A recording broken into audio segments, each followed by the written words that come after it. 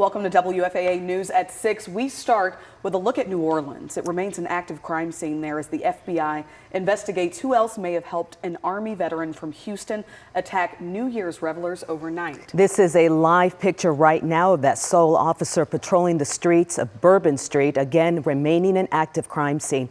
We just heard from President Biden addressing the nation from Camp David. He said that the suspect who opened fire on Bourbon Street when he rammed into a crowd of people has been killed, of course. He was an American citizen, born here in Texas, served in the Army, and indicated on social media, per the FBI, that he had a desire to kill. Explosives were found in his vehicle and nearby. And tonight, we are also learning more about the people who lost their lives. Among the 15 dead is the brother of a TCU football player. This is a quickly developing story with investigations stretching right now from New Orleans to Beaumont, even to Houston. So here's a look at where it all started. In New Orleans, on the popular Bourbon Street, right there in the French Quarter, police say the suspect named Shamsuddin Jabbar drove his pickup truck into the crowd. In fact, we just heard the president say he was racing for 3 blocks, leaving mangled bodies and blood scattered everywhere. The attack happened less than a mile from where the Sugar Bowl was set to take place. As a precaution, with safety being top of mind, the game has been postponed to tomorrow at 3 o'clock.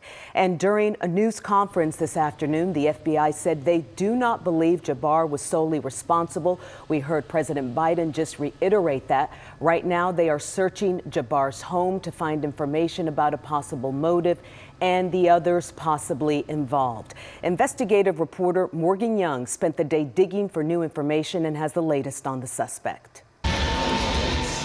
A New Year's Eve nightmare in New Orleans. This is not just an act of terrorism. This is evil. Corner bus after corner bus. And on Wednesday, law enforcement shared more about one of the people responsible. 42-year-old Shamsuddin Jabbar was an Army veteran and a Texan. His current address on record is at this home in Houston. A man who also lives in Houston says he owns the white Ford pickup truck that Jabbar used for the attack, telling ABC News he rented it to an individual through a car-sharing app called Turo. The FBI says law enforcement found an ISIS flag, multiple weapons, and potential explosive devices inside of that vehicle, and other potential explosives in the French Quarter. Investigators do not believe Jabbar acted alone, as they reviewed surveillance footage Wednesday that appeared to show people planting the explosives in the area. And there's just bodies littered throughout the entire street. Gruesome details and images continue to surface from people who lived it. Unimaginable casualty, the disfigurement and the bodies strewn, something you can't unsee, you'll never forget. Real life horror movie, everything the car is hitting, it's getting thrown. City and state leaders asked visitors and residents to avoid the French Quarter as they work with federal agents to continue investigating. This city has been tried by fire before, but fire makes things stronger. We are going to get these people. There is a path forward. Again, law enforcement does not believe Jabbar acted alone. In a press conference this afternoon, a special agent with the FBI asked anyone with information to contact them, saying they are looking at a, quote, range of suspects. Morgan, what do we know about the victims?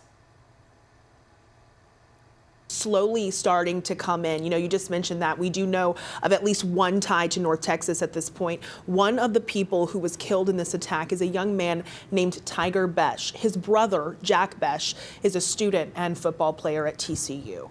Jack posted this on X today saying, "Love you always, brother. You inspired me every day. Now you get to be with me in every moment." TCU's chancellor released a statement this evening offering condolences and prayers as well. Izzy. Our thanks to you, Morgan. And there was a Cybertruck found in Las Vegas that exploded outside a Trump's hotel there. Investigators say it was rented with the same company as the New Orleans truck. Not clear if it is related. We have a crew on the way to New Orleans as we speak. Investigative reporter Tanya Iser will have an update for us tonight at 10. In the meantime, again, you can find the latest developments on our website, WFAA.com.